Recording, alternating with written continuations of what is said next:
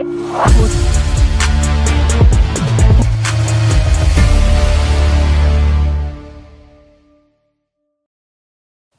guys, and welcome back to the channel.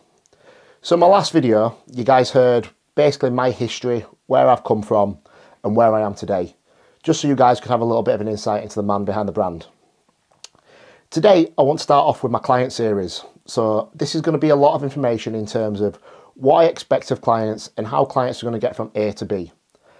I'm going to put it out to everybody just so you guys who are self-coaching can get a little bit of an understanding as to certain factors that need to be in place to make sure that the diet's successful. We're going to start off with adherence, because I think this is one of the most important things that needs to be taken into a transformation, into a diet, and working with a coach or working with yourself towards a goal. Adherence simply is just following the plan.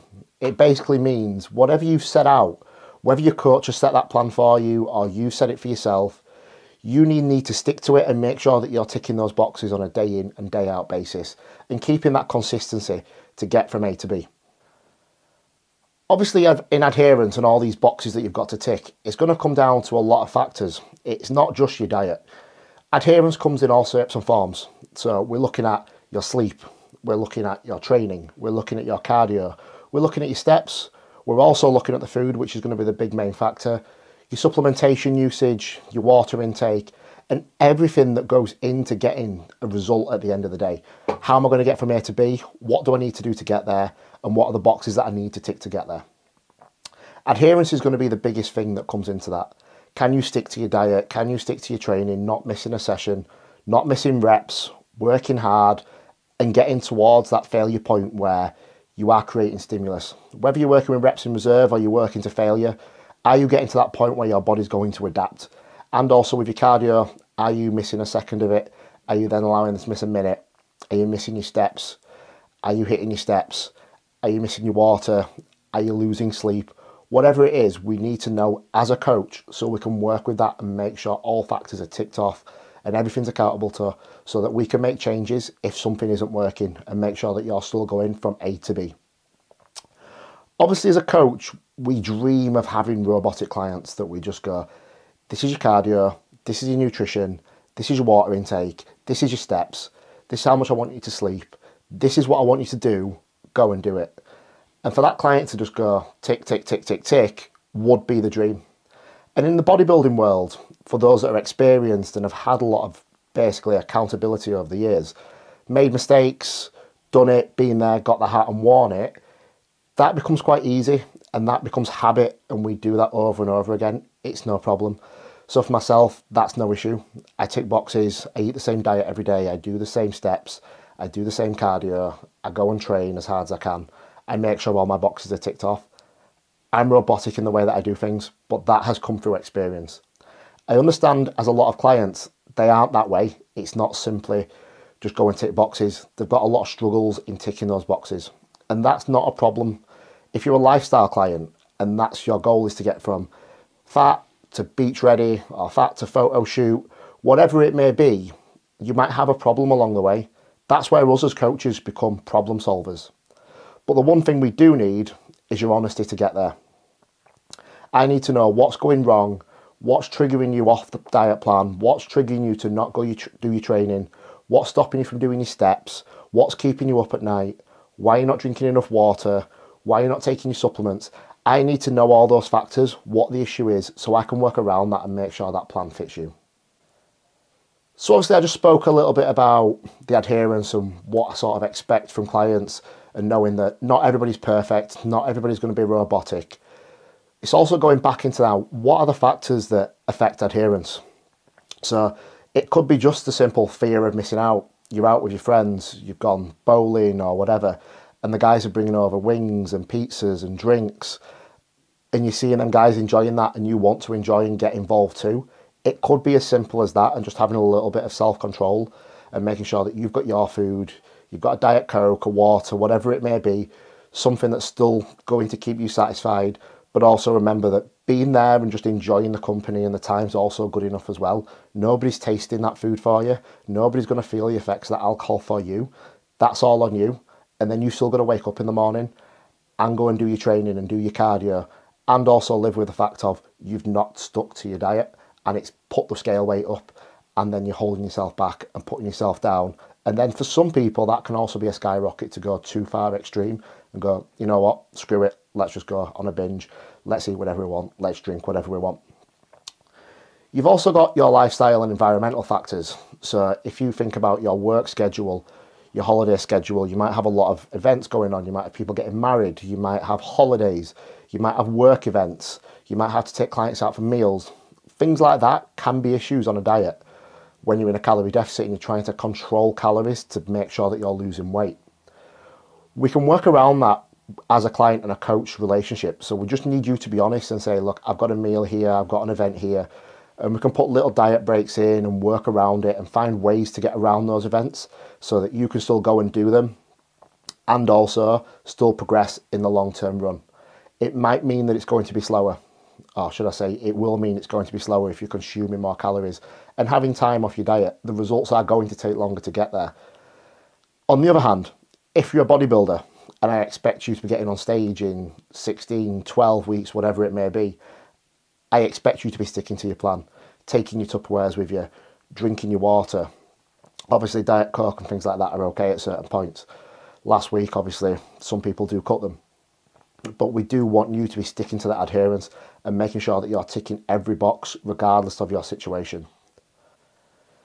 So there's one saying that I've always sort of stuck with, and it's one of those that the motivated will do everything as long as everything is on the line and they can make sure that nothing interrupts that. Those that are determined will still get it done, even if there's a load of speed bumps in the way. So that's going to differentiate the person. Are you motivated or are you determined to hit that result? That's going to have a big factor on whether you slip off your diet and you don't adhere to it or you do. So the next step would be to sort of admit which one you are. Are you motivated? You want to get a result, and if everything aligns, you'll get there. Or are you determined? You want to get that result no matter what, and no matter what speed bumps in the way, you're going to get there. You've got to determine which one are you. Obviously, if you're determined, you're that robotic person, you're absolutely fine. Just get on with what you're doing, get it done. If you're not, and you're the motivated person and you're having issues, you need to be honest with yourself and say, look, I can't do this because this is in the way, this is in the way. And you need to be communicating that to your coach or your support network or whatever's helping you get from A to B, just so you can come up with a plan to get from A to B with them speed bumps in the way and you not slipping too far off the wagon. There is always a way around it. Yes, it might not be the most optimal. Yes, it might not be the fastest way there, but there is always a way around it. Even if you have to have a diet break and go, right, I'm not going to lose weight this week because I've got so-and-so event, but I'm going to push on from that and this was planned into there. If you can talk to your coach and make sure that you know that's the case, then you're fine. You just need to put a little bit longer into your actual time frame of where you've got to get from A to B. So if you can admit that you're having a problem with your adherence level, that's going to lead to a lot less stress between yourself and your coach. Your coach is going to be sat there scratching his head wondering why things aren't working, why is he spiking weight there? Obviously in the back of his mind he's questioning your accountability levels, but if you're coming to him and lying bluntly to that person's face, it's hard to make the changes and know, is there something wrong? Is my plan not working? Are you adhering? You just don't know. So that's where the honesty comes in between the trainer and the client. You'll always get honesty from myself, you'll get honesty from most trainers, but the honesty then comes from you as a client to then come back to the coach and go, I've not done this, I've not done that, I slipped up here. Just so the plan can be created around you. It might be as simple as telling you to go and do the plan, because if it's just simply FOMO and you've been out and just wanted to eat some food because everybody else was, that's your weakness in breaking. If that consistently happens, or if it's just a one-off, it's going to change whether the coach needs to do something or not. But there will always be a way around it. So you just need to be honest and speak to your coach and understand what's going on, where the events are, how we can deal with that and work together to get to the end result still with them speed bumps in the way. So if you're honest, you're going to save a lot of time. So you're not going to be, the coach isn't going to be scratching the head. You're not going to be putting yourself down all the time because you're not losing weight at the rate that you wish you were, just because you're not sticking to the plan. You create that plan around your weaknesses, admit that it's going to take a little bit longer, and then you can still reap the rewards from the other side. What needs to be realised is that a calorie deficit is not a lifestyle. It's not something that we always want to live in. So it is just for a period of time. So it does just mean staying on track for X amount of weeks, depending on how far you are away from that goal. If you're 120 kilos, 40% body fat, yes, it might take a year. And that is a long time, but there is going to be diet breaks along the way, times where you go back to maintenance. Not go off and just have binge meals and things like that. There will be days like Christmas Day where we all come off our diet and we enjoy a single meal with a family. That's not going to cause an issue as long as that person is aware that that meal is going to hold them up a little bit. But we'll pre-plan for that and say, look, it's going to take an extra week because we're having a meal for Christmas. I'm having a meal for my birthday. That's fine. You've acknowledged it and you've made sure you've been honest with your coach. Because you're in a calorie deficit, you've got to think you're running a body on less fuel than it actually needs. Obviously, you are tapping into energy reserves to get that calorie deficit back to a homeostatic point. But it's like running a car. So if you're running a 300-mile race in a car and you've only got 200 miles worth of petrol, you're going to cut short and it's going to basically kick back at you. Your body is the same. So something will go wrong if you stay on a diet forever. Because obviously we've got to think, the leaner you get, the less leptin you've got signaling your brain. Therefore, you're going to have more hunger signals making you want to eat more. That's going to be one factor that's going to be in your way in a speed bump along your path towards getting from A to B. You create your lifestyle once you get to your happy point. So once you get to your happy point, you can bring your calories back up to maintenance and you can stay there. That is a diet that is sustainable. A calorie deficit isn't. Neither is a calorie surplus. You can't stay in a calorie surplus forever because at some point you're going to gain too much fat, and at that point you're going to have ill health effects. So obviously, as we know, your inflammatory markers are going to go up with your chronic inflammatory markers are going to go up with your body fat percentage. And at that point, that's when we start becoming ill and we can start to create some of these illnesses that are related to chronic inflammation. So I have got an ebook that all clients will get, so you can go and read a little bit about localized and chronic inflammation levels. And I will also do a little bit of a video. I'll try and keep that one a little bit short for you guys, just so you can understand a little bit about inflammation with how frequently it's thrown around. And most people don't actually understand what it is and where it comes from. Going back, I know I said that a calorie deficit diet isn't sustainable, but it needs to be sustainable for a period of time. So you don't want to be keeping your diet boring. You want to be eating foods that you still enjoy, stuff that you digest well, stuff that you run on well, something that you can stick to for a prolonged period of time, not forever. So that means you can spice your foods up. You can make foods that resemble foods that you are craving. So if you crave a shepherd's pie, there's nothing wrong with making a healthier version of that and keeping the calories lower. Using different cooking methods, different ingredients, you can make foods resemble something of what you're craving and just make it taste a little bit nicer. You might just be having a plain chicken breast, but if you put some spices, some paprika, some turmeric, things like that, and salt and pepper, you can make your food taste so much better. So I'm not talking about being bland and boring and that's all your diet is. You can do so many things with your food to make it palatable. So I just want to conclude this video and just reiterate the fact of honesty with your coach. Obviously, that's going to be the biggest thing with your accountability level. Your coach is there for you to be accountable to on a week-by-week basis. You check in weekly just so that you can let your coach know that you're sticking to the plan, you've not stepped away from it, and you're doing the best that you can to bring that end result. Or, if you're on the other hand, you're going to pop in to your coach, I've done this wrong, I've not done this, I've missed this, so your coach can work with that. They both come down to honesty, so your coach can make the right changes that are necessary for you to receive that result that you want at the end.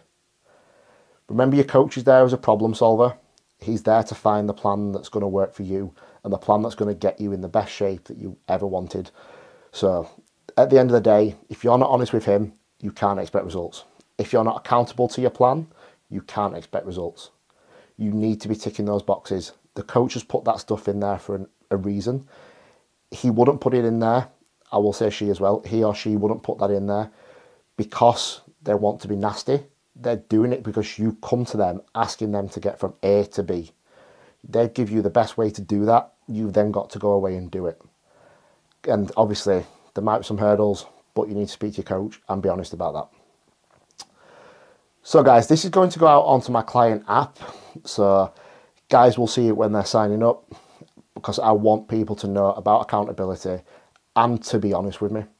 But I'm also going to stick this out on YouTube just so you guys who are coaching yourselves can understand the importance of accountability and why we are so severe and want you to check in on a weekly basis and tell us everything that's gone wrong, everything that's gone right, so we then can make the changes that are necessary.